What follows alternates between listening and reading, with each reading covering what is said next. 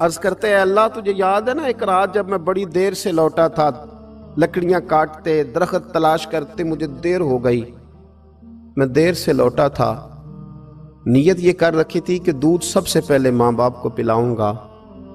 مالک جب میں لوٹا تو وہ بوڑھے تھک ہار کے سو گئے تھے۔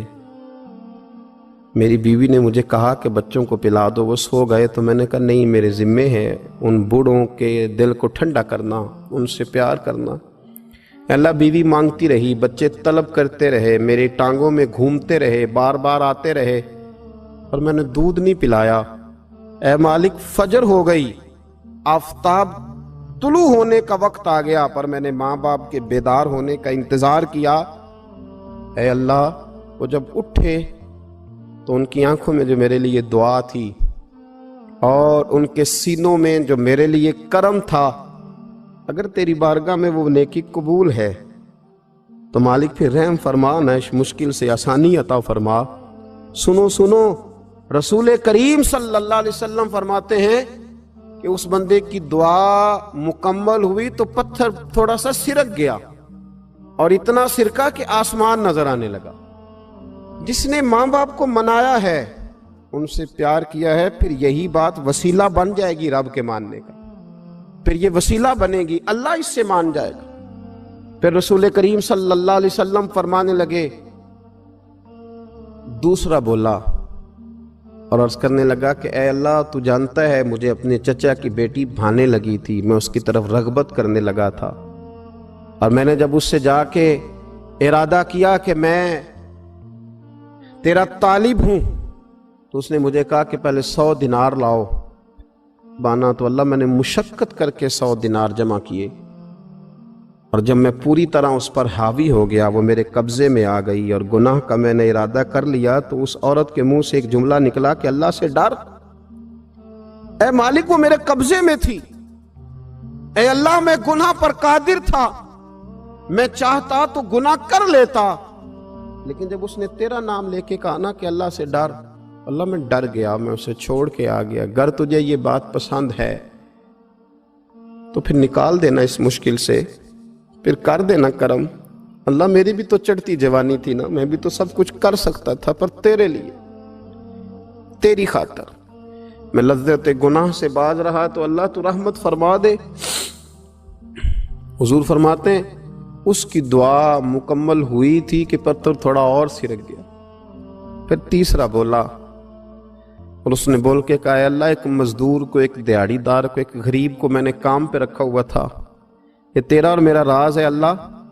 وہ مزدور، وہ دیہڑی دار میرے پاس کام پہ لگا تھا، کچھ چاول میں نے اس کی اجرت مقرر کر دی کہ تو کام مکمل کرے گا تو میں تجھے دوں گا، اور جب اجرت لینے کا وقت آیا تو وہ بگڑ کر ناراض ہو کر چلا گیا، میں اسے ڈھونڈتا رہا، وہ مجھے ملا نہیں، میں نے اس کے چاولوں کی قیمت کاروبار میں انویسٹ کر دی، اس کا تھوڑا سا سرمایہ پر میں نے کھایا نہیں، پھر وہ اس سے میں کاروبار کرتا رہا، اور اتنا کاروبار کیا کہ بہت ساری گائیں اور ان کے چرواہے تیار ہو گئے، وہ سالوں کے بعد لوٹا، میں نے اس غریب کا مال کھایا نہیں بلکہ بڑھایا، محفوظ کر کے رکھا، وہ سالوں کے بعد لوٹا اور کہنے لگا میرا مال، تو میں نے کہا وہ ساری گائیں تیری ہیں، وہ چرواہا تیرا ہے، یہ سارا کچھ تیرا ہے۔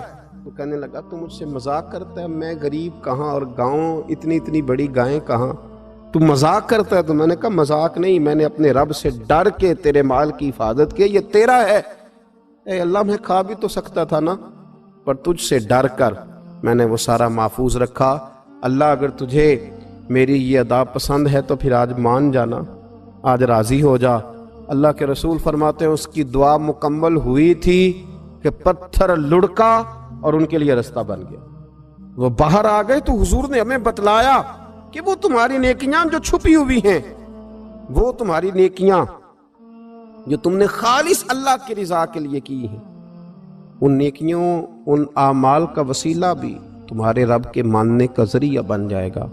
اس کو منایا جائے، اس کی حضور حاضری دی جائے، اس سے بخشش کا سوال کیا جائے، اس کی بارگاہ میں یہ گزارش کی جائے کہ اللہ غریبوں، مجبوروں، کمزوروں اور ان لوگوں کے صدقے جو اللہ رستہ دیکھ رہے ہیں کہ رستہ کب کھلے گا، جو تیری بارگاہ کرم کے سوالی ہیں، ان کے صدقے تو رحم فرما، تو کرم فرما۔ تو میرے عزیز، ایک اور بات جو اللہ کو منانے کے لیے ہمیں ہمارے پیارے رسول صلی اللہ تعالی علیہ وسلم نے بتلائی کہ جب انسان بہت زیادہ عاجزی کرتا ہے نا، بہت زیادہ عاجزی، تو پھر بھی اللہ مان جاتا ہے۔ جب وہ اس کے حضور بہت عجز کا اظہار کرتا ہے، بہت زیادہ عجز کا اظہار کرتا ہے، وہ ڈر جاتا ہے اس سے۔ وَلِمَنْ خَافَ مَقَامَ رَبِّهِ جَنَّتَانِ، فرمایا جو میرے سامنے کھڑے ہونے سے ڈرے گا میں اسے 2 جنتیں عطا کروں۔ حضرت بابا فرید الدین مسعود گنج شکر بابا صاحب رحمۃ اللہ علیہ فرماتے ہیں کہ ایک نیک نوجوان تھا، دن کو روزہ رکھتا، رات کو نماز پڑھتا، پر اللہ سے ڈرتا پھر بھی بہت ہی زیادہ تھا، بڑا ہی ڈرتا تھا۔ موت کا وقت آیا تو ماں ہی تھی بس اس کی، تو ماں سے کہنے لگا اماں تو میری ماں ہے، میرے ساتھ 3 وعدے تو کر۔ اس نے کہا پتر تو بتا، آخری ہجکی لے رہا ہے اور اس غریبنی ماں سے تو وعدہ لے رہا ہے، بتا کیا وعدہ ہے؟ تو عرض کرنے لگا اماں جب میں مر جاؤں نا تو میرے گلے میں رسی ڈال کے تو مجھے گھمانا گھر کے صحن میں، اور لوگوں کو کہنا جو رب کی نافرمانی کرے اس کا یہی حال ہوتا ہے۔ یہ اعلان کرنا جو اللہ کے نافرمان ہوں ان کا یہی اشر کیا جانا چاہیے۔ اور اماں پھر دوسرا وعدہ کر، میرا رات کو جنازہ اٹھایا جائے، میں نہیں چاہتا کہ کسی کے منہ سے یہ لفظ نکل جائیں کہ وہ دیکھو اللہ کا نافرمان جا رہا ہے، رات کو میرا جنازہ اٹھانا۔ اور اماں تیسرا میرے ساتھ وعدہ کر کہ لوگ مجھے دفن کر کے آ جائیں گے تو میری قبر پہ چلی جائے گی، عمل میرے پاس کوئی نہیں، پر مجھے لگتا ہے ماں کے قدموں کی برکت سے عرش کا مالک بھی رحم فرمائے گا۔ اماں تو وعدہ کر کہ میرے ساتھ وعدہ کر۔ بابا صاحب رحمۃ اللہ علیہ فرمانے لگے کہ ماں بوڑھی ماں نے وعدہ کر لیا، کہا بیٹے ٹھیک ہے، اگر تیری یہی ضد ہے تو میں تیار ہوں۔